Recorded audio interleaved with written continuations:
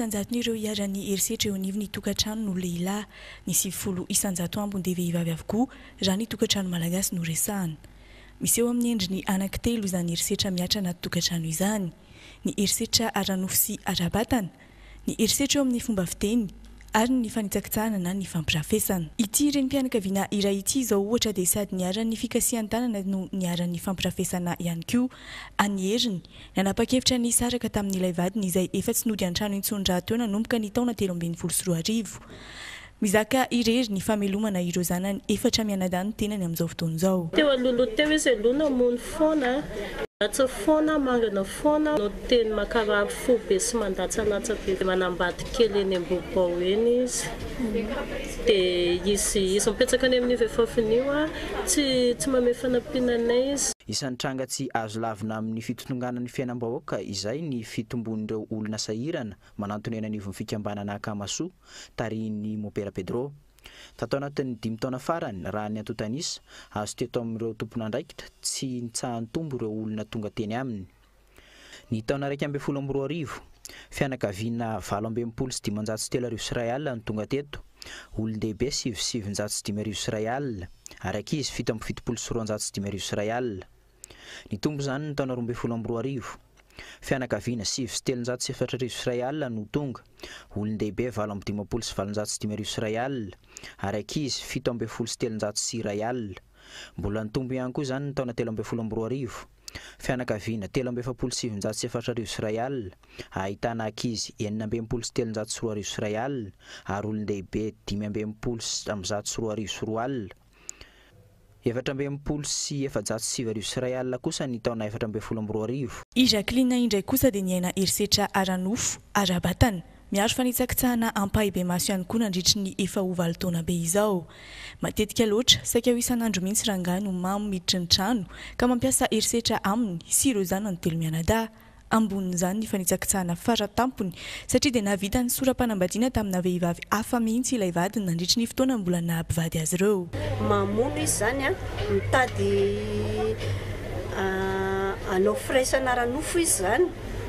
Dia zahako ny olona zany raha vao mamy dia tena enjakenjana no hiaran'le firaisana Aranofo satria rehefa tsy ekena ny manao an'io zavatra io dia lasa marary dia amin'ny fatahorana dia rehefa tsy manaiky manao an'le izy dia vonony.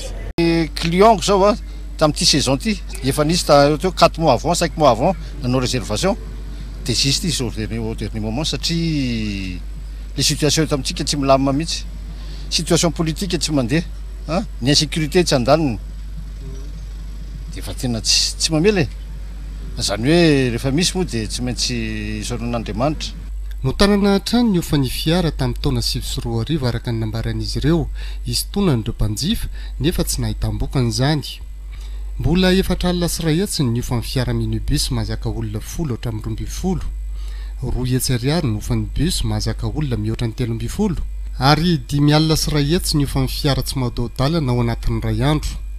Tsy afaka mampanofa fiara nefa izy ireo raha toa ka latsaky ny 5 andro isoroana ny fahatiantoka ny viditsolika. Ireo tompon'ny fiara ihany nantsy araka ny fanazavana matetika miantoka ny solika arakaraka ny fanarahana. Tombony iray ho an'ny tanànan'ny Mahajanga ny fananany ny Port de la Mer ka ny tena mampiavaka azy dia ny fisian'ity baobaba iray lehibe anisan'ny ngeza indrindra eto Madagasikara ity. Dansonia digitata izay no anarana sientifika itsoina azy. Telonjato taona izao no nisiany teto ka mirefatra any amin'ny 120 faingo 70 metatra be izao amin'izao fotoana ny alebeany izany hoe ny manodidina azy io. Araka ny lovatsofina dia douane izy ity teo aloha. Nanaovana tsatokazo famonoana ireo voaheloka ho faty tamin'ny andro ny fanjanahantany ihany koa. Raha vao tonga mitsidika ny Mahajanga dia ny hijery Port de la Mer avy hatrany no omby ao an-tsaina. Tsy adino mihitsy ny makasary eto amin'ny baobaba.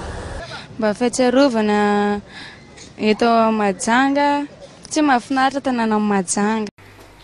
13 taona katroka izao no tsy nahita intsony Charles noho ny areti-maso nahazo azy teo amin'ny 10 taonany.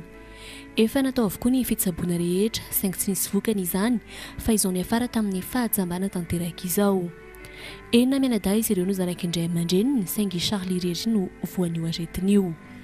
Nanomboka classe de 9e izy araka izany no tsy nahita intsony raha ny fitantarany saingy tsy nataony sakana teo amin'ny fianarany mihitsy anefa io kilema nahazo azy tampoko io.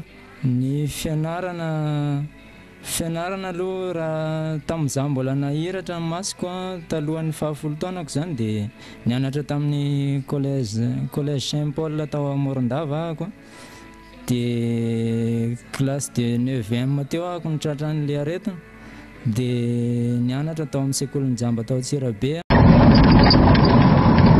Niakatra 2020 hatramin'ny 300 ireo mpizahatany sy mpiala sasatra tonga teto Mahajanga raha tamin'ity fotoam-pialatsasatra na vakansa 2024 ity.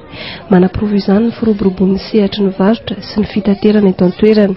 Raha ho an'ny varotra manokana, saika nampitombo avo roa eny ny entana midiny avokoa ireo mpivarotra. Any tsena aloha zao eto Majunga tena mandeha aloha amin'izao fotoana zao ary tena fotoana fanararaotana aloha amin'izao. Tumbe de be mitsy taloha manao 5 kg amin'izao nefa fa manao 12, 15. Raha ho anay manokana aloha tena efa mandeha ny tsena amin'izao. Efa tena tafiditra ao anatin'ilay vakansa mihitsy. Ho an'ny fitaterana indray atony bajaj misy fiakana ny vola miditra.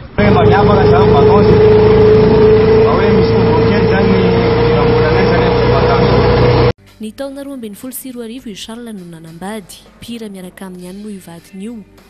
Raha ny ao an-tokantrano manokana dia mahay mifandamina sy mifanampy tokoa izy roa kely. Tsy zavatra manahirana zany ary tsy ny zavatra olona mahita zany hay midaholy na asainao mandrehatra afo ary izy dia mahay mandrehatra afo, asainao mampiditra kofehy amin'ny fanjaitra izy dia tafiditra dia misy ny olona tena mitsikilo anay ao varavarankely mijery an'izay zavatra ataony. Miisa 12 ireo malagasy isy olo-tenantsika any amin'ny Tinosy ity ka isan'izany izy Valimianada ireto. Karazana 10 maro samihafa no asehon'izy ireo mandritra io hetsika io. Ligue 9 manerana ny Madagasikara no mivondrona ao anatin'ity federasiona ity. Ny fampivondronana ireo manatalenta ireo indrindra no antony nananganana ity federasiona ity ka tamin'ity androany ity dia nanatanteraka hetsika fitadiavam-bola izy ireo entina natsarana sampiroboroboana ny federasiona.